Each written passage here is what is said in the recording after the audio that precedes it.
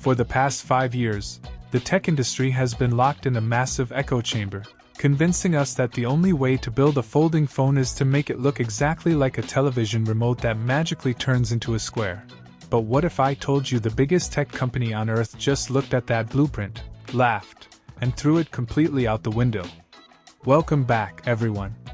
If you have been desperately holding out for Apple to finally enter the foldable arena, your patience is about to pay off in a way literally nobody predicted. Over the last few days, a massive, unprecedented leak from the deepest corners of the Asian supply chains, corroborated by heavy hitters at MacRumors, has blown the lid completely off Apple's super-secret project, and we are no longer dealing with shadowy rumors or hopeful concept renders drawn up by fans.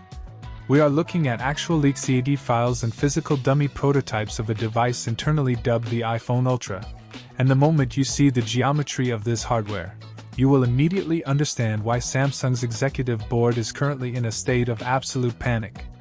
Since 2019, we have been conditioned to accept the compromises of foldables, specifically that awkwardly tall, incredibly narrow outer screen that makes typing a text message feel like you are using a device made for toddlers. Apple is rejecting that compromise entirely. Instead of the candy bar form factor, the iPhone Ultra features a radical passport-style design that drastically alters the way you interact with the operating system. When closed, it is wider and shorter, feeling much more like a standard iPhone Pro Max. But the real magic happens when you snap it open. It does not unfold into a strange vertical rectangle. It unfolds into a gorgeous, expansive 4:3 aspect ratio. If that sounds familiar, it is because it is the exact same golden ratio as the iPad mini. Think about the massive implications of that shift for your daily workflow. Right now, on almost every folding phone on the market, you open it up to watch a YouTube video or play a high-end game, and what is the very first thing you have to do? You have to physically rotate the entire device sideways just to get the video to fill the screen properly. It is a frustrating, clumsy extra step. Apple's passport design creates a landscape-first experience right out of the gate. The moment the hinge clicks open, you are instantly immersed in a widescreen canvas that is fundamentally vastly superior for media consumption, multitasking, and actually using a digital keyboard with 2 hands without feeling cramped. But changing the shape of the screen is really only half the battle, because the single biggest reason most everyday consumers have refused to spend $2,000 on a folding phone is the crease. That hideous, reflective ditch running down the center of the display has always been the elephant in the room, screaming that the technology was still fundamentally in its beta phase. Apple has notoriously refused to ship a compromised display, which is exactly why they have been sitting on the sidelines watching their competitors stumble. But the new supply chain intel reveals they have finally solved the physics problem that has plagued the industry for nearly a decade. By utilizing a cutting-edge, custom-engineered ultra-thin glass layered over a highly complex liquid metal hinge mechanism, the display tension is managed perfectly. The result is a screen where the crease is virtually eradicated. You would literally need to hold the device at a harsh angle under direct, unforgiving studio lighting just to spot the faintest hint of a fold. To make matters even more absurd, this liquid metal architecture has allowed Apple's engineering team to shave the chassis down to an almost unbelievable 4.5 mm thick when fully unfolded. Just to put that into perspective, 4.5 mm is actually thinner than the metal housing of the USB-C port on the bottom of the device you are likely holding right now. It is a masterclass in extreme miniaturization, but that relentless, obsessive pursuit of thinness has forced Apple to make one of the most controversial and fascinating hardware compromises in modern smartphone history. If you zoom in closely on the leaked schematics of the internal display, you will notice something blatantly missing: the Face ID sensor array.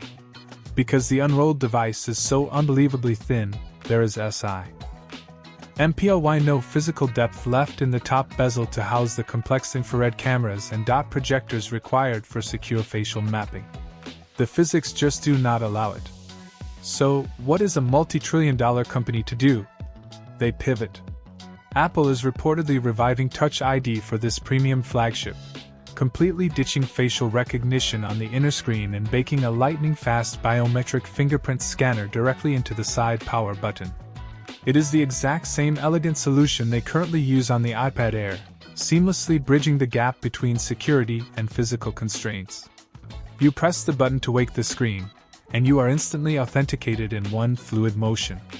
It is a brilliant workaround, but it is undeniably going to cause a massive divide among the Apple purists who have spent years getting used to Face ID doing the heavy lifting. While Apple fans debate biometrics, the executives over at Samsung are dealing with a completely different kind of headache, an existential threat to their market dominance.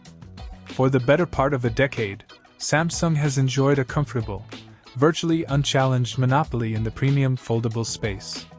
They literally wrote the rulebook. But they know exactly how this story goes. They know that the second Apple releases a highly refined, aggressively marketed alternative, their market share will freefall. So, Samsung has officially hit the panic button. In a brilliant piece of software forensic work this week, developers digging through the back-end code of Samsung's upcoming One UI 9 discovered hidden animation files referencing a highly classified, unreleased piece of hardware. The internal corporate codename is Project H8, but within the industry, leakers are already referring to it as the Galaxy Z Widefold. Samsung is reportedly so terrified of Apple shifting the paradigm with this new passport geometry that they are desperately rushing to construct their own ultra-wide foldable to launch later this summer, hoping to share the stage with the standard Galaxy Z Fold 8. The strategy is painfully transparent. They want to beat Apple to the punch so they can run television ads claiming they invented the wider aspect ratio first.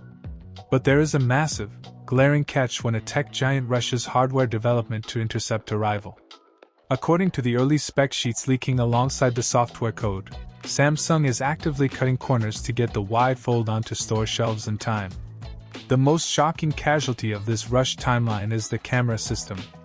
Instead of equipping their brand new, ultra-premium experimental device with the massive, light-devouring 200-megapixel primary sensor that you would rightfully expect for top-tier money, they are reportedly cannibalizing the parts bin and throwing in the standard 50-megapixel lens from the base model Galaxy S26. It is a staggering compromise.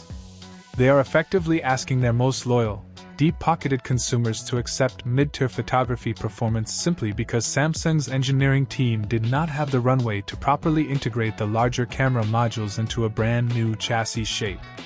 This exposes a fundamental difference in philosophy.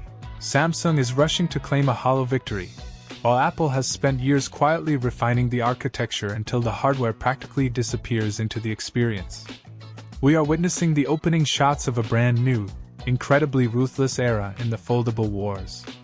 The stagnation of the last few years is officially over, replaced by a high-stakes arms race where form factor, hinge mechanics, and camera compromises are the battlegrounds.